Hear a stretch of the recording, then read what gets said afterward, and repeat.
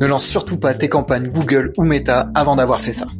En effet, la plupart des sites web d'annonceurs avec lesquels j'ai travaillé contenaient ces lacunes qui freinaient considérablement leur campagne. Et là, je parle pas de design futuriste, hyper attrayant ou de transition stylée sur la landing page.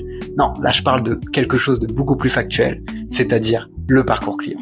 Salut, moi c'est Samy, co-directeur de l'agence So Fresh Ads et on se retrouve aujourd'hui pour notre nouvelle série, les 5 piliers avant de lancer vos campagnes Google ou Meta. Et on s'attaque tout de suite à l'épisode 1 qui va porter sur les fondations, la base, votre site web.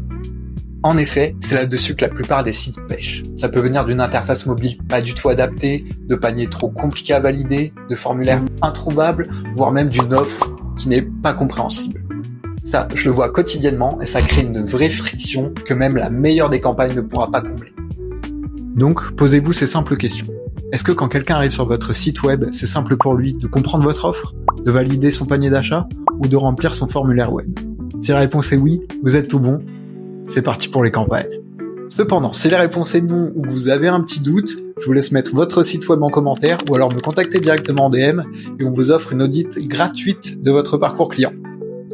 Et c'est tout pour aujourd'hui, pensez à liker et partager et on se retrouve très prochainement pour l'épisode 2 où on verra cette fois-ci si vous avez la bonne boussole pour vous guider dans vos campagnes. Allez, restez branchés et à bientôt. Ciao ciao.